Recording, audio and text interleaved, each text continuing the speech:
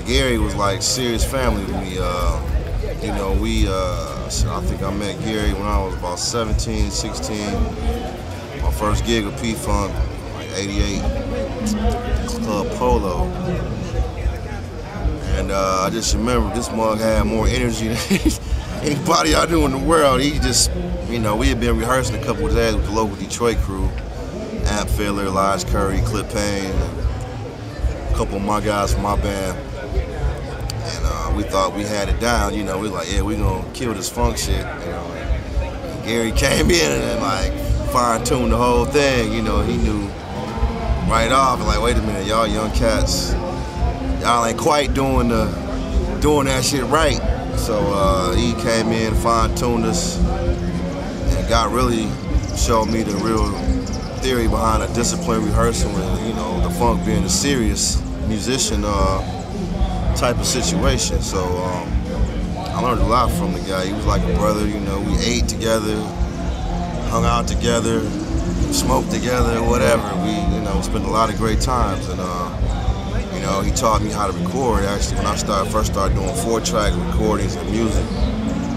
And he showed me, you know, how to layer tracks, how to overdub, and showed me how to play guitar.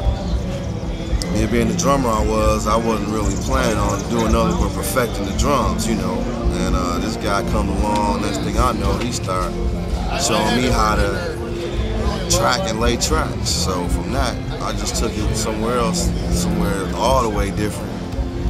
And you know, I started learning how to produce, and you know, I learned a lot from the guy. Any band or anybody he was around, you definitely felt his energy and his aura. And he's a deep kind of guy, you know, depending on what day you catch him. He had a lot of different moods and attitudes, but you know, that's what made him him. And I just know that I'm real close with the family and all the friends and people that know Garry. I know we just performed last year in California around the same time a year ago in Humboldt County, and it was a memorable time for me. And I just knew that it was mind-blowing, the experience I had.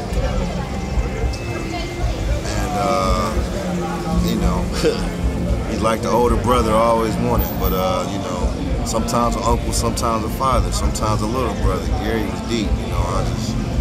It saddens me to think, you know, he went so quick, because guys like him, you don't think, you know, here today, going tomorrow, you know. He was definitely a road dog to the fullest. I mean, if he had his choice, he probably would have stayed on the road and died on the stage with a guitar in his hand, believe it or not.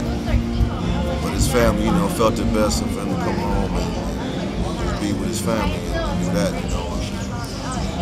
It's just a sad thing, that's all I can say. But he ain't dead on the physical, maybe, but spiritually, he's still here. He's here tonight.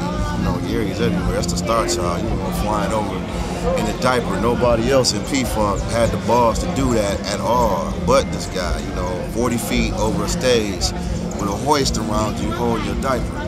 That's dangerous almost. That's like shit people don't try nowadays, even with the high-tech gear that they have. So I just know that it was one of them things that, you know, was real deep as far as, you know, what he did and what he was trying to do. And I'm gonna miss him, but I know he's still with me. I just know that tonight we gonna pay our respects. You know, the funeral's coming up Tuesday in Plainfield, New Jersey, where he was born and raised. And